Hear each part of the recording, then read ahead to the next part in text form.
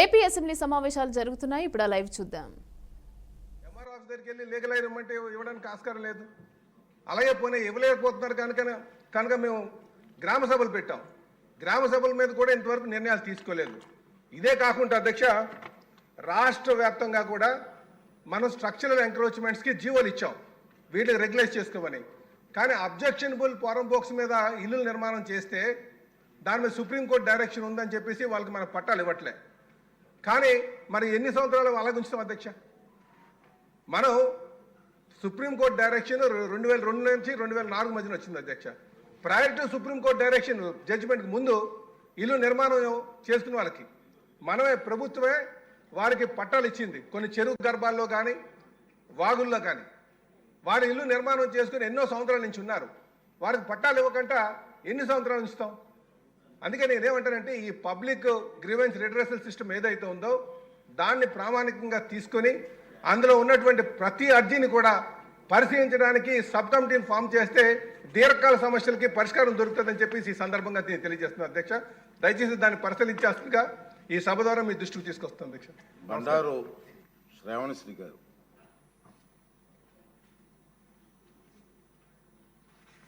ధన్యవాదాలు అధ్యక్ష. సింగనమల నియోజకవర్గంలో ముంపు గ్రామాలకు R&R ప్యాకేజ్ కోసం అధ్యక్ష, అనంతపురం జిల్లా పెద్దపప్పూరు మండలం జాగల్ గ్రామం నందు 1.5 TMC నిలువ సామర్థ్య గల బ్యాలెన్సింగ్ రిజర్వాయర్ నిర్మించడం జరిగింది అధ్యక్ష. ఈ రిజర్వాయర్కి ఆనుకొని సింగనమల నియోజకవర్గానికి సంబంధించినటువంటి 2 గ్రామాలు ఉల్లికల్లు, ఉల్లికంటిపల్లి గ్రామాలు అధ్యక్ష. ఇవి 2 కూడా ముంపు గ్రామాలుగా గుర్తించడం జరిగింది అధ్యక్ష.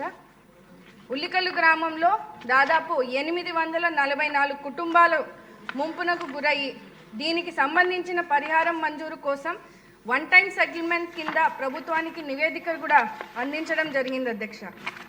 అదేవిధంగా ఉల్లికంటి గ్రామానికి ఈ R&R ప్యాకేజ్ శాంక్షన్ అయినప్పటికీ ఆ ప్యాకేజ్కి సంబంధించిన బెనిఫిట్స్ని ఎక్కడా కూడా ఇంప్లిమెంటేషన్లో లేని పరిస్థితిని ఈరోజు చూస్తూ ఉన్నాం అధ్యక్ష.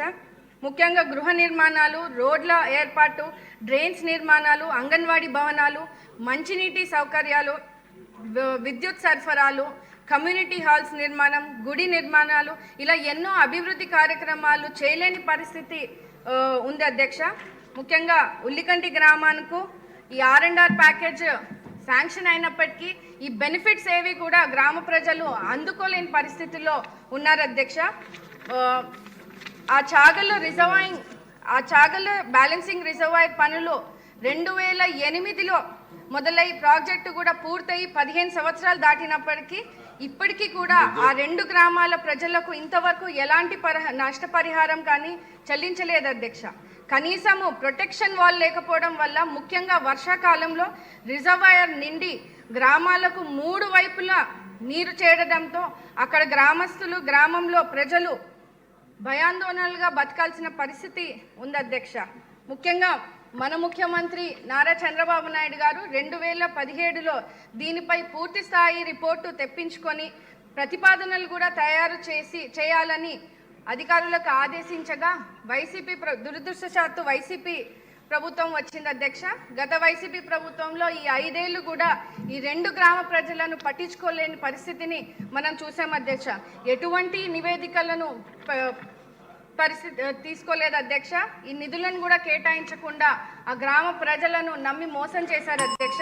ముఖ్యమైన విషయం అధ్యక్ష, ఈ 2 ముంపు గ్రామాలకు గుర్తించడం వల్ల ఎటువంటి అభివృద్ధి పనులు చేయలేని పరిస్థితిని చూస్తున్నాం అధ్యక్ష.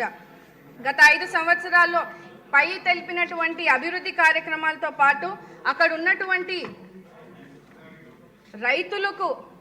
రైతు భూములు కూడా వ్యవసాయానికి పనికిరావని నివేదికలలో పేర్కొనడం వల్ల అక్కడ వ్యవసాయాన్ని కూడా చేసుకోలేని పరిస్థితికి వచ్చింది అధ్యక్ష. ముఖ్యంగా ప్రభుత్వ పథకాలు అందక, ఇళ్ల పట్టాలు లేక, ఎప్పుడు కూలిపోతాయో తెలియలేని ఇళ్లలో ఇప్పుడు నివసిస్తూ ఉన్నారు అధ్యక్ష.